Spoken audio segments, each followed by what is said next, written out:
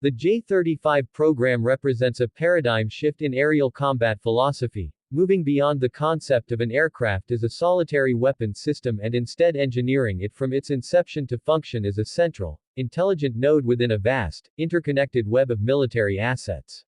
This network-centric doctrine dictates that the aircraft's ultimate value is not merely its own kinetic performance but its capacity to receive, process, generate, and disseminate information with unparalleled speed and precision, thereby elevating the combat effectiveness of the entire force.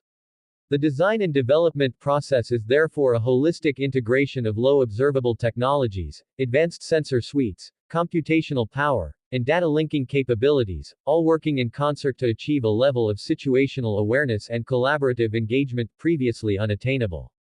The foundational element enabling this role is its sophisticated low observable, or stealth, characteristic, which is not a single technology but a complex system of compromises and integrations. The process begins with the airframe's geometry, which is the primary factor in reducing its radar cross-section. This involves extensive use of computational fluid dynamics and radar cross-section modeling to shape every surface, from the leading edges of the wings and canards to the contours of the engine intakes and nozzles, to deflect incoming radar energy away from the receiving source.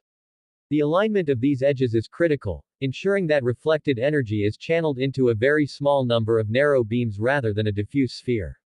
The engine intakes are a particular focus, often employing serpentine ducts that hide the highly reflective compressor faces from direct radar observation, and are treated with radar-absorbent materials along their interior surfaces. The canopy is coated with a microscopically thin layer of electrically conductive material to prevent radar waves from penetrating the cockpit and reflecting off its complex interior. The entire airframe is clad in radar-absorbent materials and structural composites, which are engineered to possess specific electrical properties that convert the energy of an incoming radar wave into a minute amount of heat, thereby dissipating it rather than reflecting it. These materials are not uniform. Their composition and thickness vary across the airframe to counter different radar frequencies and incidence angles, and they must be durable enough to withstand sustained supersonic flight, atmospheric moisture, and extreme temperature cycles. The sensor suite of the J-35 is designed to be its primary source of information, acting as its eyes and ears across the electromagnetic spectrum. The cornerstone of this suite is an active electronically scanned array radar. An AESA radar is fundamentally different from older mechanically scanned or passive electronically scanned arrays. It consists of thousands of small, independent transmit-receive modules, each acting as a miniature radar. This architecture allows the system to generate multiple, simultaneous, and independent radar beams.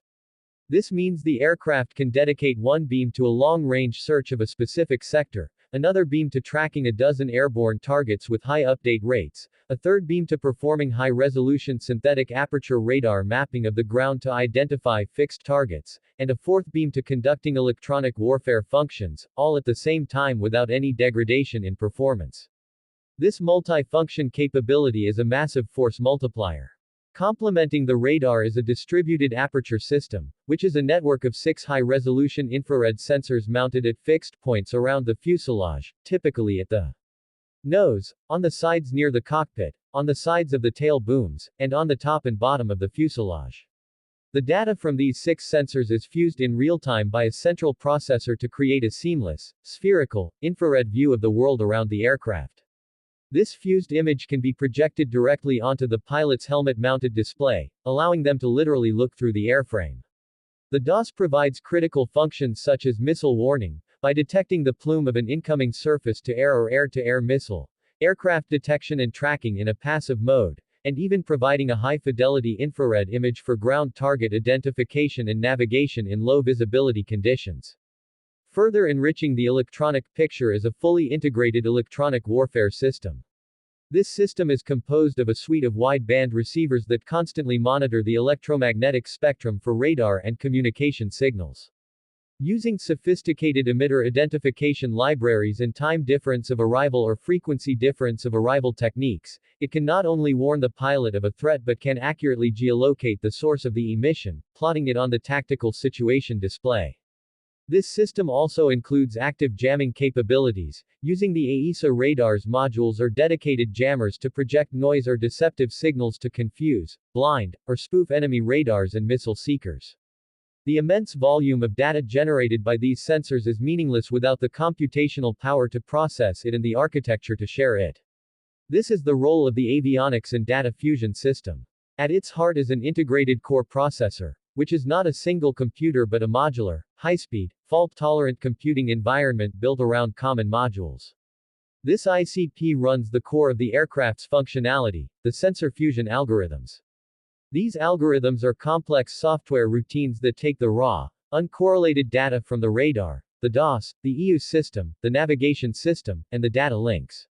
The algorithms perform a continuous process of correlation, comparison, and assessment. For example, if the radar detects a track, the DOS provides an infrared signature, and the EU system identifies a radio emission from the same general direction, the fusion engine will determine with a high degree of probability that these are all the same object and create a single, target-grade track for it in the tactical picture.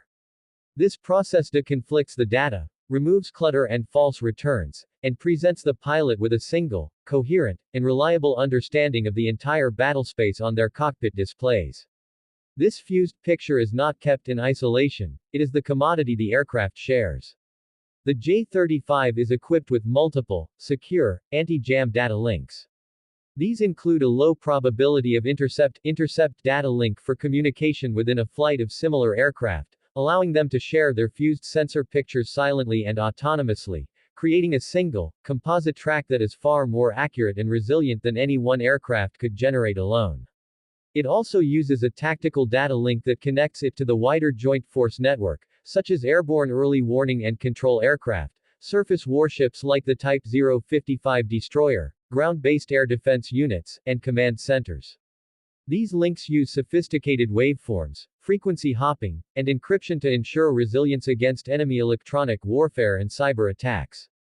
The operational application of this integrated system enables transformative tactical capabilities. The most significant of these is the concept of cooperative engagement. In this scenario, the J-35 can act as a shooter in a chain of events. It did not initiate. An off-board sensor, such as an airborne early warning aircraft like the KJ-500 operating hundreds of kilometers away from the threat area, uses its powerful radar to detect and track an enemy aircraft. This tracking data is transmitted via a secure data link to the J-35, which is flying towards the combat zone with its own radar and emitters silent. The target data is fed directly into the J-35's fire control computer. The pilot receives a cue, and the aircraft can automatically guide a long-range air-to-air missile towards the target using the incoming data link updates for mid-course guidance, only activating its own sensors for a brief moment for terminal target illumination, if required. This allows the J-35 to engage targets at extreme ranges while minimizing its own detectability. Conversely, the J-35 can act as a sensor or designator for the network. Using its own low probability of intercept sensors, it can penetrate contested airspace and identify high-value targets. It can then transmit that precise targeting data via data link to a non-stealthy fourth-generation aircraft flying safely outside the threat zone, or to a naval vessel armed with long-range surface-to-air or land attack missiles, enabling those platforms to launch a weapon with targeting information provided by the J-35. This effectively turns every networked platform into a potential shooter for every other platform's sensors, dramatically increasing the lethality and reach of the entire force. The system's architecture is also deliberately designed to accommodate future capabilities, specifically the control of unmanned combat aerial vehicles, or loyal wingmen. The J-35's cockpit and data links are being developed with the capability for a pilot to command a small formation of these unmanned aircraft. The pilot could task them to fly ahead as an advanced sensor screen, carry additional missiles to expand the magazine depth, perform specialized electronic attack missions, or even conduct high-risk strikes against heavily defended targets, with the J-35 pilot acting as a battlefield manager and decision-maker. The future development of the J-35 is structured around the one aircraft, multiple variants concept, which is a strategic approach to maximize commonality and interoperability while meeting the distinct requirements of different services. This involves the parallel development of at least two primary variants, a carrier-based version and a land-based version. The carrier-based variant incorporates specific features such as a strengthened undercarriage to withstand the violent impact of carrier landings, an arrestor hook, folding wings to save space on the flight deck and in the hangar, and likely a different paint and coating system to resist the corrosive marine environment. The land-based variant omits these features and can be optimized for greater internal fuel capacity or different weapon loadouts. Crucially, both variants are intended to share the same core avionics suite, the same integrated core processor, the same sensor fusion software, and the same data link protocols. This ensures that a land-based J-35 from the People's Liberation Army Air Force and a carrier-based J-35 from the People's Liberation Army Navy can form a single, fully integrated network, sharing data and tasks seamlessly. This commonality drastically reduces training, logistics, and maintenance costs. An export-oriented version is also in active development, with a focus on ensuring its systems can be integrated with the existing command and control infrastructure of potential customer nations, often involving customizable data link interfaces and configurable sensor fusion libraries. The development path for the J-35 is one of continuous iteration, with planned incremental blocks of upgrades. These will focus on software updates to improve sensor fusion algorithms, incorporate new threat data into the EU libraries, and enhance autonomous functions. Hardware upgrades will center on inserting newer, more powerful generations of the integrated core processor to handle more complex data fusion and AI-assisted decision aids, and evolving the data links to higher bandwidths and greater resilience to keep pace with the evolving electronic warfare threat.